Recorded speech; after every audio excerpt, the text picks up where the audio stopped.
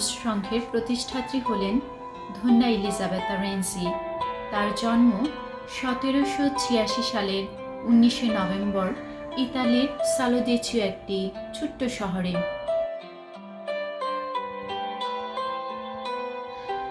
Dhanya elizabethae রেনসি ও তার সাথে নিবেদিতা 10 জন ভগ্নীর আধ্যাত্মিক নবায়ন ও সেবা কাজের দৃঢ় ভিত্তি স্থাপনের উদ্দেশ্যে একটি সংক্ষিপ্ত নিয়মাবলী রচনা করেন।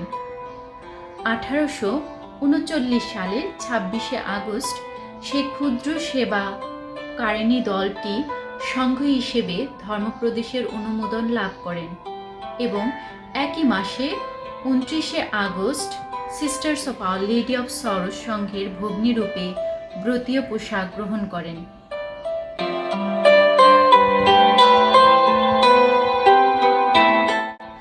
স্বর্গীয় আত্মিক আনন্দ নিয়ে 1859 সালের 14ই আগস্ট ধন্যা মাদার এলিজাবেথা মৃত্যুবরণ করেন এবং আমাদের জন্য রেখে যান পবিত্র জীবনের এক উজ্জ্বল দৃষ্টান্ত। 1989 সালের 18ই জুন তিনি পোপ সাধু দ্বিতীয় জন পল কর্তৃক ধন্যা শ্রেণীভুক্ত হন।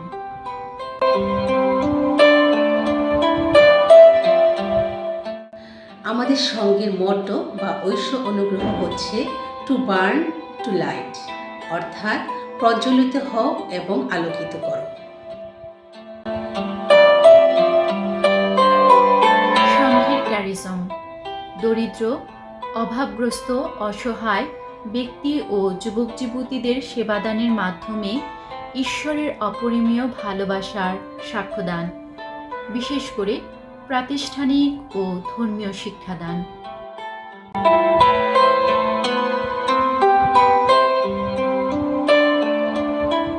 আমরা যখন নিবেদিত জীবনে প্রবেশ করি তখন 3টি ব্রত গ্রহণ করে থাকি: বাধ্যতা, শুচিতা এবং দরিদ্রতা।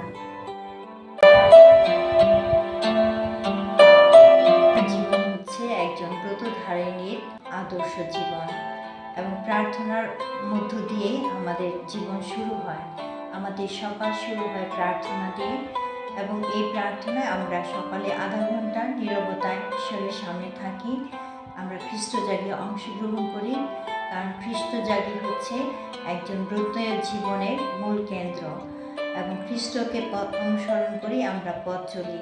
তাই খ্রিস্টের দেহ গ্রহণের মধ্য দিয়ে আমরা আধ্যাত্মিকভাবে বলীয়ান হয়ে উঠি এবং প্রতিদিনই আমরা দুপুরে খাবারের পর সাক্রামেন্টে ভিজিট করি এবং যিশুকে ধন্যবাদ দিই সকালের জন্য যে সুন্দরভাবে আমরা সকালটা অতিক্রম করতে পেরেছি এবং যাতে আমাদের বিকেল মানে রাত পর্যন্ত আমরা যেন সুন্দরভাবে থাকতে পারি, সেই কৃপা সে আশীর্বাদ যাচনা করি। আমরা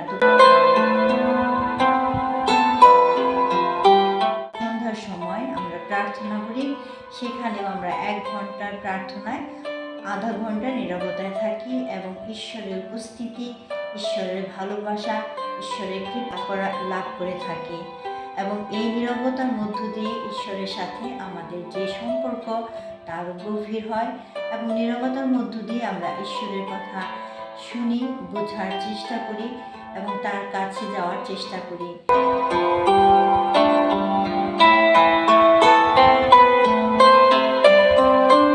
রাত্রিকালীন প্রার্থনার মধ্য দিয়ে নীরবতায় থাকি, আমরা কোনো শব্দ করি না সেই সকাল পর্যন্ত।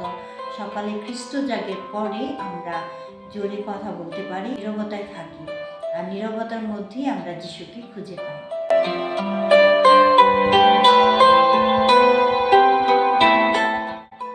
ধর্মগুলির পালকীয় কাজে বিভিন্নভাবে সাহায্য করে থাকি।